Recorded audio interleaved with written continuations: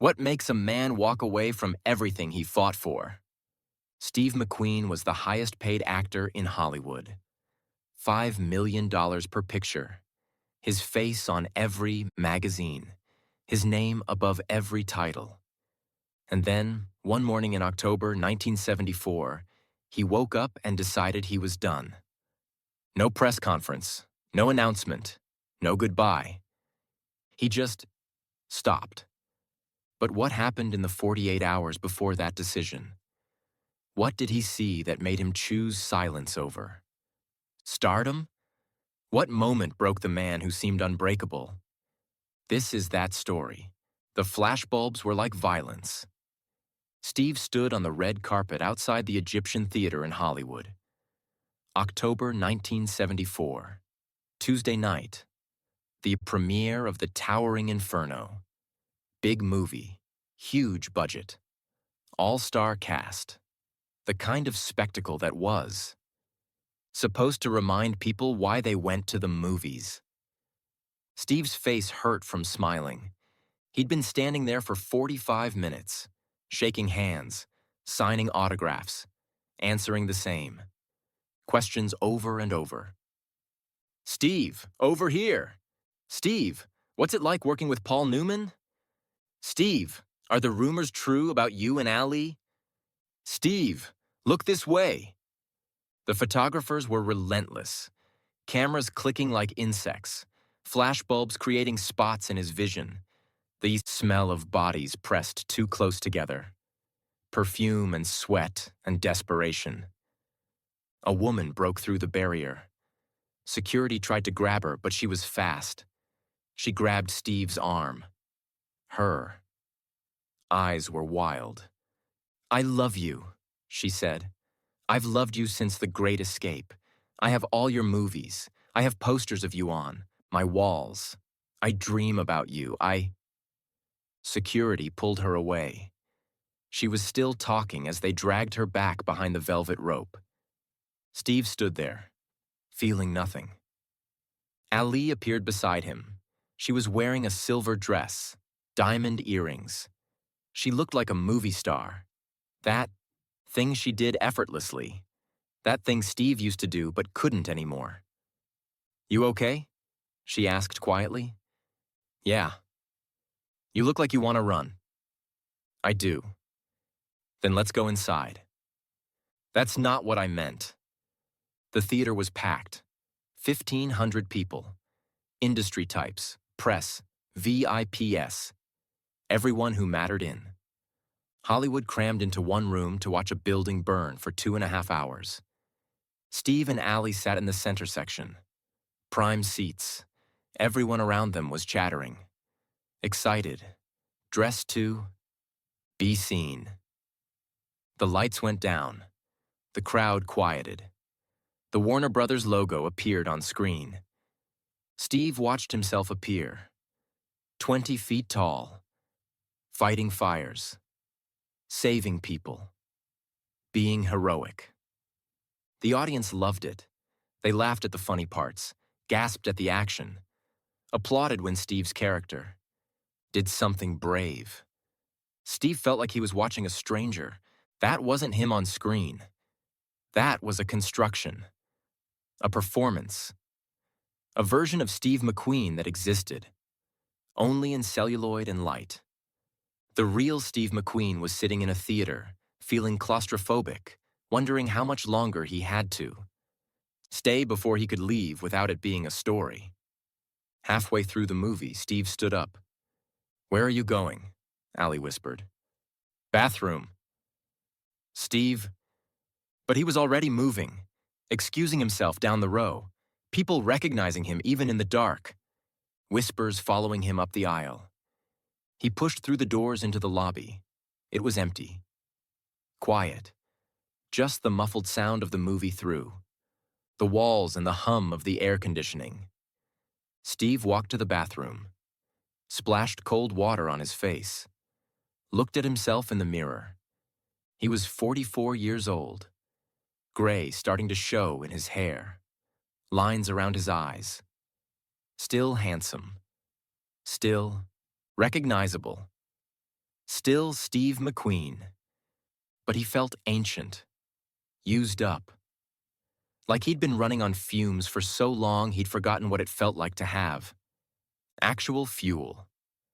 The bathroom door opened. A man walked in. Late 60s, distinguished. Gray hair perfectly combed. Expensive suit. Steve recognized him. George. Producer. Old Hollywood. Had been making movies since the 40s. Powerful. Guy. Connected. The kind of person you didn't ignore when they talked to you. Steve, George said. Not surprised to see him. Like he'd followed him out on purpose. George. Hell of a movie. Yeah. You're good in it. Thanks. George went to the urinal, unzipped. The sound of him pissing echoed in the tile room. I heard a rumor, George said, that you're thinking of retiring. Steve didn't respond. Is it true? Where'd you hear that? Your agent's assistant told my assistant. Who told me? Steve turned off the water, dried his hands on a paper towel. I haven't decided anything. But you're thinking about it. Maybe. George finished, zipped up, went to the sink, washed his hands methodically, like he was preparing for his surgery. Can I tell you something? George asked. Can I stop you? George smiled. No. They stood there, two men in a bathroom, one at the beginning of his career's end, one at the actual end. I've been in this business 40 years, George said. I've seen them all. Gable, Bogart, Wayne, Monroe, Dean, all the legends. You know what they have in common? They're dead. They didn't know when to stop. They kept going until the industry didn't want them anymore. Until the roles dried up, until they were playing character parts in movies that went straight to television. They held on until there was nothing left to hold on to. Is there a point to this? The point is, you're smart enough to leave before that happens. You're at the top. You can walk away with your dignity intact. But if you wait, if you keep going just because it's what you've always done, you'll end up like the rest of them. A cautionary tale. Steve looked at George, at this man who'd seen everything, who'd survived everything, who was still here, still, working, still relevant. Why are you telling me this? Steve asked. Because you remind me of someone. Who? Me, 30 years ago, when I still thought this business meant something. Before I realized it's just a machine. It eats people, chews them up, spits them out. The only question is whether you jump out before it's done with. You, or whether you stay until there's nothing left. Steve went back to the theater, but he didn't go inside. He stood in the lobby, looking at the movie posters, at his face staring back at him from a dozen different frames. The Magnificent Seven, The Great Escape, Bullet, The Getaway, Papillon. All those faces, all those characters, all those versions of Steve McQueen that the world loved. None of them real. Ali came out during the final credits, found him standing there. The movie's over, she said. I know. They're asking for you, for speeches, for photos. Let them ask. Ali looked at him, at the way he was standing, the way he was staring at the posters like they were evidence in a trial. What happened? She asked. I talked to George. What did he say? Steve turned to her. He said I should quit, while I still can, before this business destroys me. And what do you think? Steve looked back at the posters, at all those faces, all those lives he'd pretended to live while his real life slipped away. I think he's right. The after-party was at the Beverly Hilton. Grand ballroom, crystal chandeliers, champagne flowing. Everyone. Who was anyone? Steve stood in a corner, nursing a bourbon, watching. People kept coming up to him, congratulating him, telling him how great he was in the movie, how excited. They were for his next project, how he was a legend, an icon, the king of cool. Steve smiled, said thank you, said all the right things. But inside, he was already gone. He watched Paul Newman across the room, laughing, charming, still loving this, still feeding on the attention, and the glamour and the whole goddamn circus. Steve used to be like that. Used to love the parties and the adulation and the feeling of being the most important person in the room. Now it just felt exhausting. A young actress approached him. 22, maybe 23. Beautiful, ambitious, wearing a dress that was designed to get attention. "Mr. McQueen," she said, "I'm such a huge fan. I've seen all your movies. I think you're incredible." "Thanks. I'm an actress. Well, trying to be. I was wondering if maybe you'd look at my headshots, or if you know anyone who's casting. I'd love to work with you someday. I'd do anything to—" Steve held up his hand. "Stop." She stopped. "You seem like a nice girl," Steve said. "So I'm going to give you some advice. Get out. Get out of this business, while you still can, before it takes everything from you. Before you wake up 20 years from now and realize you sold your soul for something that was never real in the first place." The girl stared at him, confused, hurt. "But you're Steve McQueen. You made it.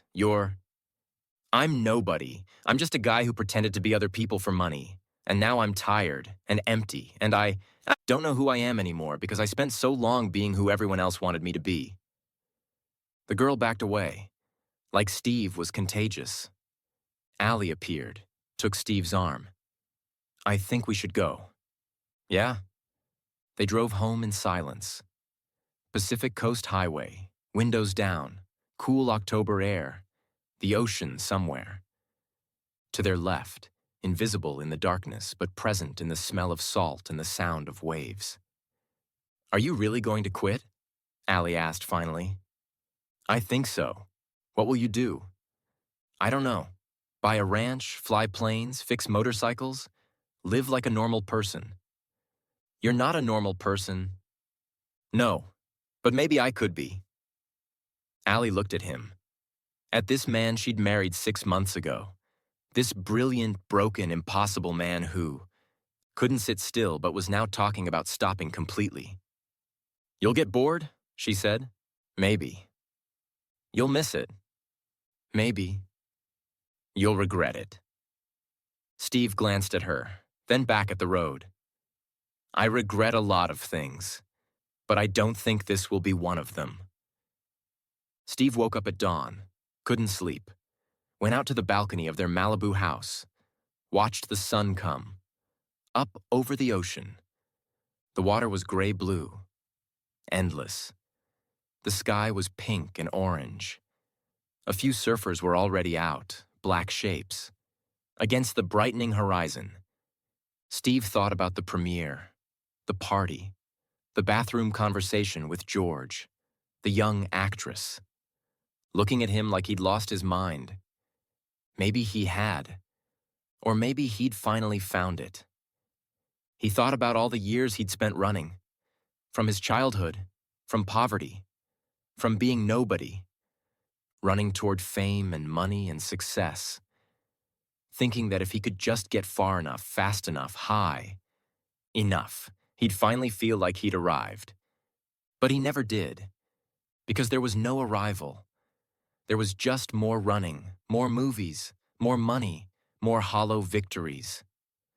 That felt like dust the moment you achieved them. Steve was tired of running. He was tired of being Steve McQueen. He wanted to just be Steve. Allie came out, wrapped a blanket around his shoulders, stood next to him. "What are you thinking about?" she asked. "How long I've been afraid."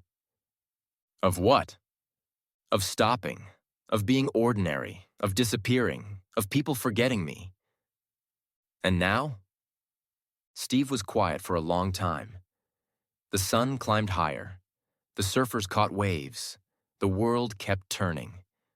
Whether Steve McQueen was in it or not. "Now I'm more afraid of never stopping," he said. "Of running until there's nothing left. Of dying without ever. Knowing who I actually was underneath all the bullshit." Allie leaned against him. They stood there, watching the ocean.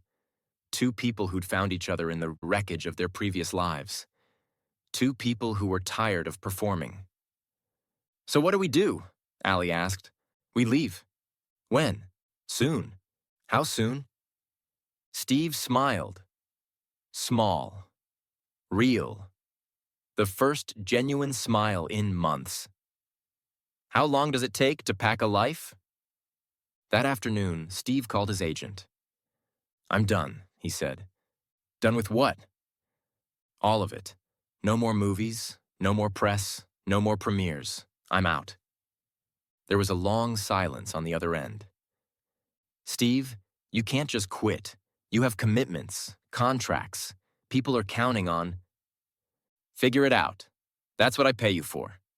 "But—" "I'm done, Harold. I'm buying a ranch. I'm leaving Los Angeles. I'm going to live like a normal person, or as close to normal as I can get." "You'll be bored in 6 months." "Maybe, but that's my problem, not yours." "Steve, thanks for everything, Harold, really, but I'm done." Steve hung up the phone. And just like that, Steve McQueen retired. No press conference, no official announcement, no final movie with a triumphant ending. He just stopped. Steve bought a ranch in Santa Paula. 15 acres, a house, a barn, a hangar for his planes. He learned to fly, fixed motorcycles, grew tomatoes, lived quietly. People thought he'd lost his mind. Hollywood talked about him like he was dead. His name faded from the headlines. New stars replaced him. Steve didn't care. For the first time in his adult life, he woke up and didn't have to be anyone but himself. It didn't solve everything. He was still broken in some fundamental way. Still carried all the damage from his childhood. Still struggled with relationships and peace and the simple act of being still. But at least he was trying. At least he'd stopped running long enough to ask who he actually was underneath the performance. And for a man who'd spent his entire life being Steve McQueen, the movie star, that small act of rebellion, that quiet decision to disappear, was the bravest thing he ever did.